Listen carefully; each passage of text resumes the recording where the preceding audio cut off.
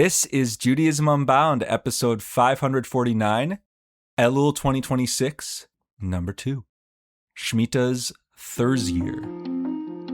Welcome back, everyone. I'm Lex Rofberg. And I'm Wendie Bernstein-Lash. And we are overjoyed to be with you for a second rendition of Elul Unbound 2026 in podcast form. For those of you that hung out with us last week, welcome back. For those of you that are here for the first time this year or ever, welcome. This is our chance to experience the on-ramp month, the preparatory month of Elul that leads us into the high holidays, and also for us, serves as its own Challah month, not just a preparation, but its own magic, where we can dwell in Jewish meaning-making, in spirituality, in deep introspection for an entire month. So we're really revved up to be doing that through 4 podcast episodes, starting last week and continuing this week and 2 more.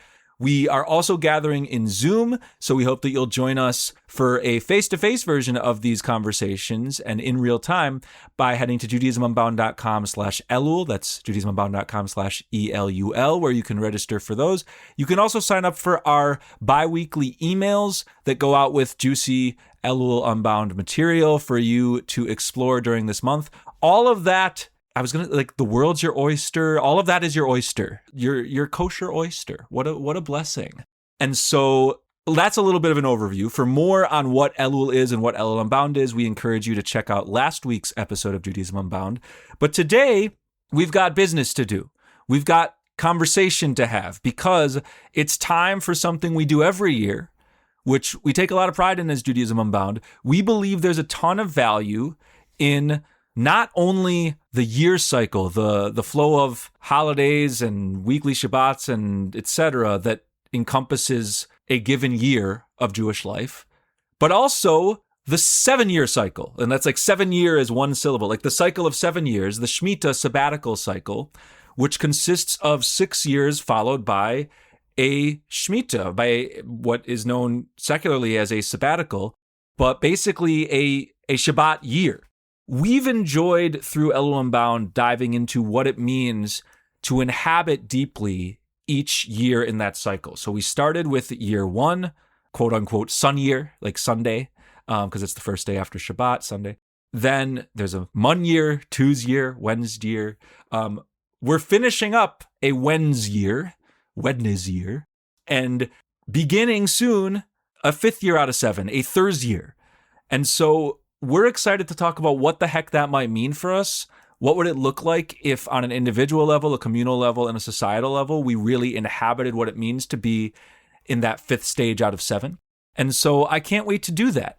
Before we fully dive in, a quick shout out that you can register for Judaism Unbound's mini courses in the Yeshiva by heading to judaismunbound.com/classes. We have incredible opportunities to learn with Lainey Solomon, awesome teacher of Torah who is anchored at Svara, a traditionally radical yeshiva. We have Chava de Cordova, a leader of Shelmala Yeshiva, just many, a who's who, a greatest hits of digital Torah teachers. And third, we have Alicia Jo Rabins, a recently ordained rabbi and longtime incredible musician and educator who is also teaching a class for 3 weeks, beginning very soon, literally in just a few days as this episode is being released. So head to judaismunbound.com/classes to sign up. Okay, rant over. Wendie, talk to us about this 7-year cycle situation and open up for us what it might mean to be in this Thurs-Year, this 5th year out of 7. Yeah, I gravitate towards thinking about things in cycles because we have a tendency to think linearly. I'm going from here to there, but in fact, life is really more than that. We return to Torah portions, we return to holidays every year. So we are organically cycle oriented, but as we return, we're not exactly the same as we were a year before. So I think about that spiral cycle, but also this kind of, climbing up the mountain and climbing back down again. If we're in the Thurs-Year, we're not at the peak anymore, but we're coming down again. And what does that mean? That might mean coasting a bit. It might be, it's a different perspective. That side of the mountain looked this way, and I'm on this side of the mountain, and I'm looking that way. So I think it's just noticing that while some things may feel the same, certainly they are not. And then I think of the week, what does Thursday usually mean? It's like, oh yes, the weekend's coming soon. The anticipation of getting closer. What is that like if you're anticipating the Shmita year, which is about release and renewal and letting go, releasing people from debt that they owe to you, releasing slaves. How might we be called to actually honor that year? So here we are in this Thurs-Year coming into one of those, and yet we're not quite there yet. So that's what comes to me. How about you, Lex? I really agree with the unspoken Ikar essence of Thursdays that you're now applying to a Thurs-Year. I mean, that's totally right. Like the anticipatory spirit of it. I think a lot of my weekends, the content of them is determined on the Thursday before. I don't know if that makes me last minute, or maybe that makes me deeply a planner because it's not like literally happening in real time. But if I get to Friday without knowing what I'm up to on the weekend, I usually don't end up figuring it out fully. And look, that's okay. Like I'm all about like a lazy Sunday, a lazy Shabbos, and the pre-prep. Like the Friday is like, okay, I'm literally probably getting my challah if I'm having challah that evening. I am doing the actual preparation of the day for people who are making Shabbat dinners. They're like making them on Friday. Thursday, it's not quite that, but it's starting to arc towards there. And one thing I wanted to bring in and see what it lights up for you is there is also another really important meaning to Thursdays Jewishly. We don't always talk about it and we don't always live and embody this, but it's one of 3 days of the week with Torah reading. So we have Shabbat, Saturday morning, where Torah is read, although shouts to a small number of communities that read Torah on Friday nights. I think it's super cool, actually.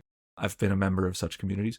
Shabbat is sort of a clear-cut day of reading Torah. And then there's Monday and Thursday.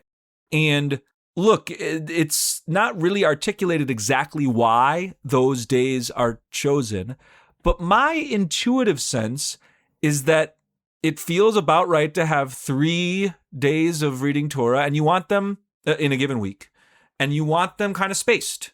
And so if Shabbat is one day, then okay, you've got an open day on Sunday, then you get Monday, then you get 2 open days, Tuesday, Wednesday, and you get Thursday. And then there's an open day of Friday, and then you've got another Shabbat. So you never get back-to-back Torah readings, but you always have one coming up.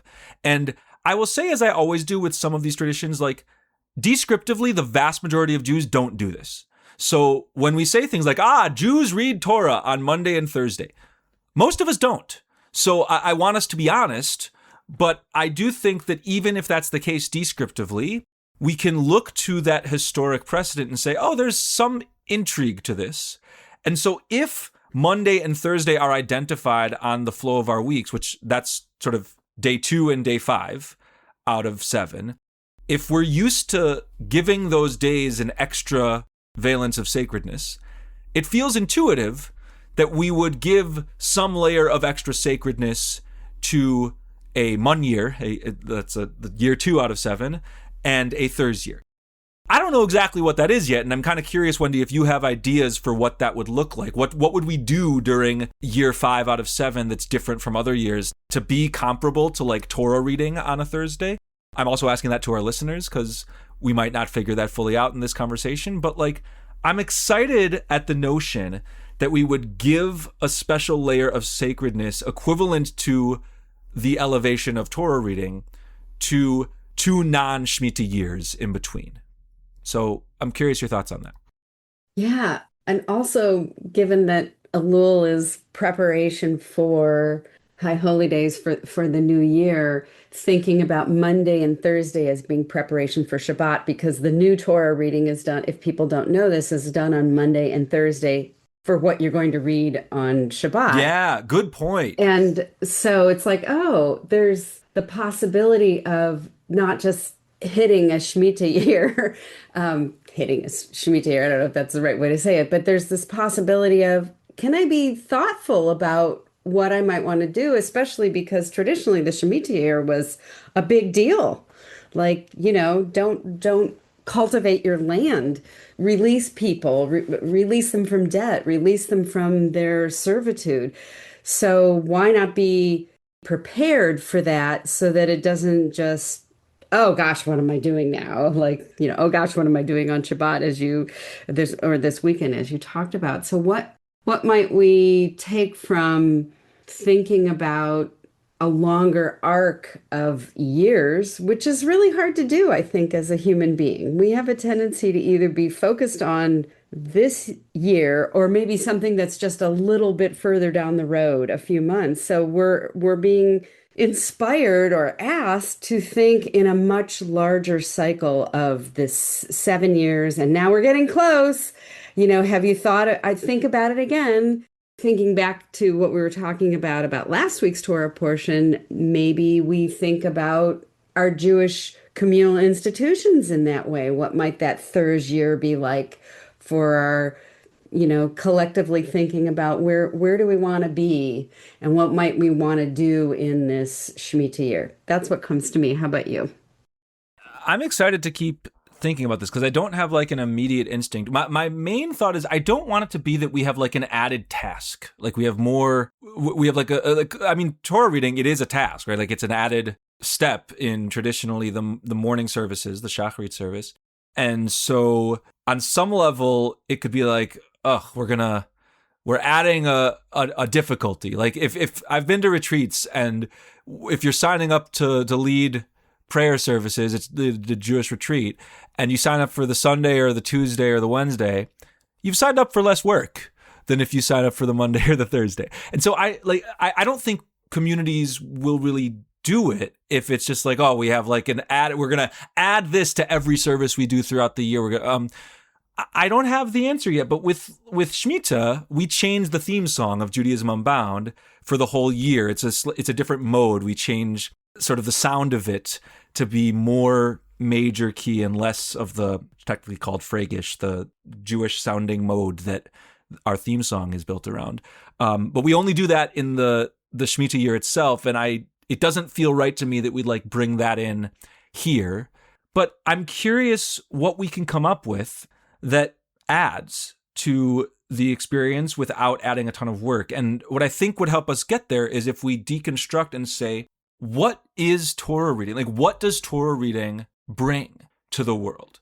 Because if we can identify it's like a compound and it has elements, right? Like if we can identify the hydrogen and oxygen of water, right? Torah is water.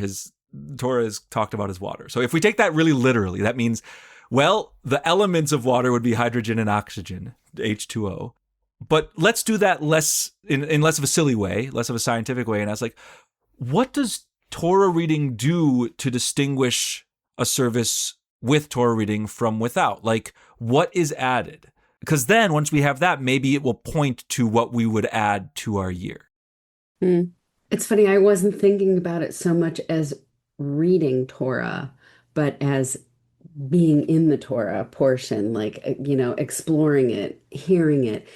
I mean, isn't it the case that sometimes when we hear something the first time, it's different from when we hear it the second time and when we hear it the third time? So maybe it's just exposing ourselves to something not just once and giving it time to marinate in us, giving it time to see what, like as you say, I'm curious. Maybe it's just about being curious.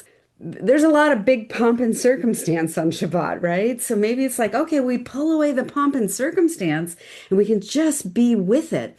I don't know. How's that resonate with you? That's a beautiful kavanah. What I'm looking for is like a clear, tangible practice that would be sort of mapped onto whether it's Shabbat, whether it's holiday. Like it would be like easily layered on in the way that like there are certain prayers that are only said during the 10 days between Rosh Hashanah and Yom Kippur, and they're like inserted in the service. Or there's other prayers that like Al Hanisim, you say a particular prayer during Hanukkah and Purim, like, and it's in the liturgy. Like I'm looking for like that, but I actually don't want it to be like, oh, we're adding a prayer. I want it to be some like a mode, a shift. And part of me is thinking like, okay, if we were to incorporate this into every week, at least every Shabbat, like, do we have our normal candle lighting and then we have like a side smaller candle that isn't the Shabbat candle, that is a reminder of where we are in this flow of time? It's like pointing towards we're not so far from the next Shmita. Like another thing I think happens with the 5th year out of 7, you're not at the end, but you're at the beginning of the end. I mean, if you're in a series of 7, I won't mention the book series that comes to a lot of our minds when we think of series of 7 books. But when you think of the 5th, you're like, oh, things are starting to wrap up. Things are like, whatever this story, and I'm using story to describe this period of 7 years, whatever the story is going to be at the end of it, has somewhat been determined, and we're starting to synthesize. Maybe this is a year of like early synthesis. And so I don't know what that looks like practice-wise. I'm thinking, like, do we light that extra candle? I don't know. I'm trying. The candle appeals to me because there's Shabbat, there's Hanukkah, there's a number of things that have candles. And if we had an edition that was like a different candle, just one, not 2, and it looked different, it was one of those classic, like the kinds of candles you'd see at a witchy shop, the like thicker ones. But if not a solution to that question of how we specifically ritually distinguish this year as a Thurs-Year, as a year of not literal Torah reading, but elevated like Torah reading days, I'm curious your thoughts on like the beginning of the end. You are somebody who thinks deeply about that. We've talked in the past about metaphors of like the cross-country race. And last year, or maybe the year before, I can't keep them straight at this point, we talked about how the hardest mile of the 5K, 5K is like 3.1 miles. And the second mile, the middle mile, is for most 5K runners the hardest. Because once you're in the third, you kind of got the light at the end of the tunnel. You can, towards the end of it, really start your kick. I think we're not quite in the kick yet, but we're close. So what might we learn from this 5th year? How might we embody that beginning of the end? Well, actually, I want to go back because as you were talking, I was thinking, first of all, you said, I don't want to add anything. I don't want to make it be more. And Shmita is exactly that. Like, we're not adding something. We're actually letting go. We're releasing. So what would it be like to have a candle that we don't light as a reminder of we're heading towards something where we're releasing? We're not doing more. We're actually doing less, to appreciate space that we're giving to the land, to people, to injustice, and we're preparing for that. So that just kind of came to me. But the sense of, we talk a lot about Elul, how it's both an on-ramp and an off-ramp. We haven't done it as much this year, but you have the end of the middle and the beginning of the end here in these Thursdays. And can we, is there a way, and talking about how we, bridge things, can we hold both that energy of, this is the end of the middle can be the hard part, we've crossed the hump, and it's the beginning of the end, and how does that give us energy to make it to the end, or we're starting to see the light at the end of the tunnel, so to speak? That's super cool. I really like that point, that it would be that we tzimtzum, that we that's a word for mystically sort of the contraction, the shrinking of the world that then led to all existence. It's a cool mystical concept that we want to, that ritually what we would do is take something out. So yeah, there's something about the number being 2 of Shabbat candles. Like if there were 8 Shabbat candles, I think taking one, 8, that would lead to 7. But like Hanukkah, I think that really appeals to me, that like maybe this year I won't have a candle in the middle, like a shamish candle.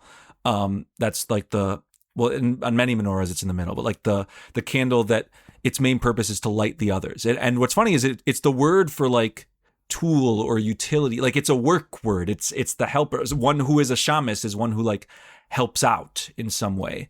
And there's debates linguistically about the Shamish thing, whether it ties to the word for sun, Shemesh, or anyway, it has this understanding of being like a worker candle in the way of worker bee, worker ant, etc.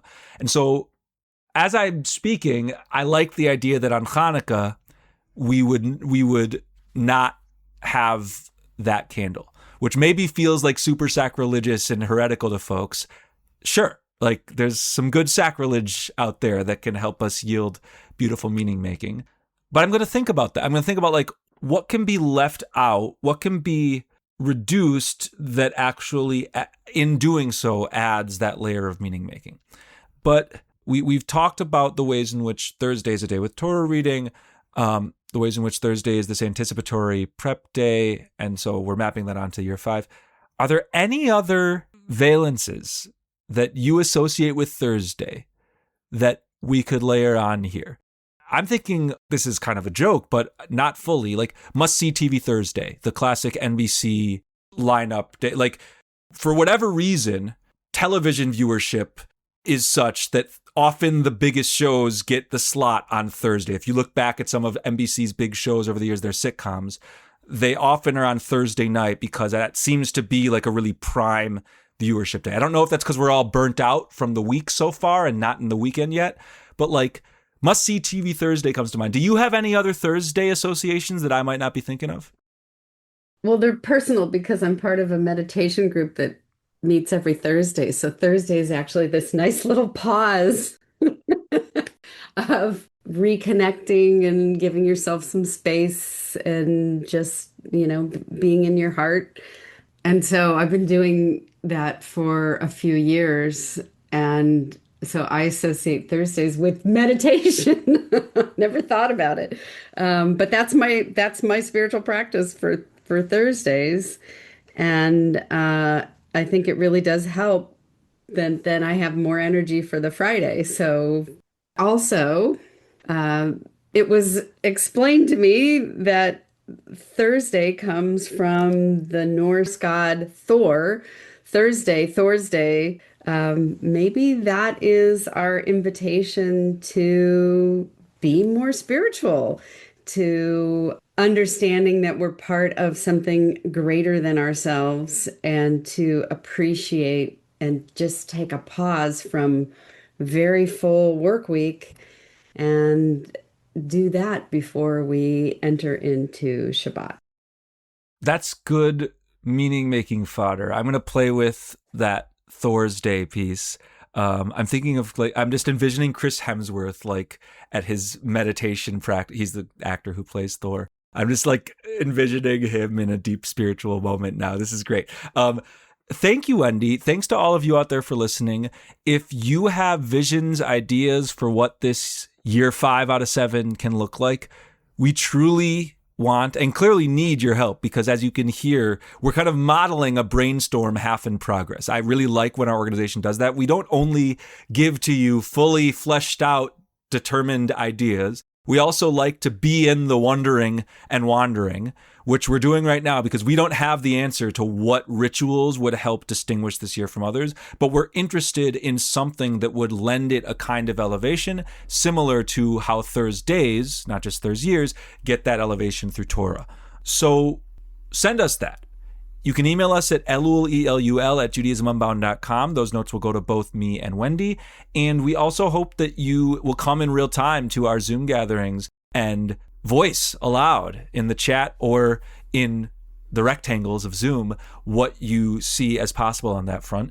You can register for those at the link judaismunbound.com/ELUL, and also find all sorts of juicy material from past years of Elul Unbound that can enhance your exploration of this Hallel month. So thank you so much. A reminder to consider signing up for the incredible classes that will be offered by Chava de Cordoba, Lainey Solomon, and Alicia Jo Rabins in the Yeshiva. They begin in just a couple days as this is being released, and if you're listening after the release date, they might be starting literally today. So head to judaismunbound.com/classes and sign up. 3-week mini courses in the Yeshiva that will whet your appetite and prepare you for the high holidays.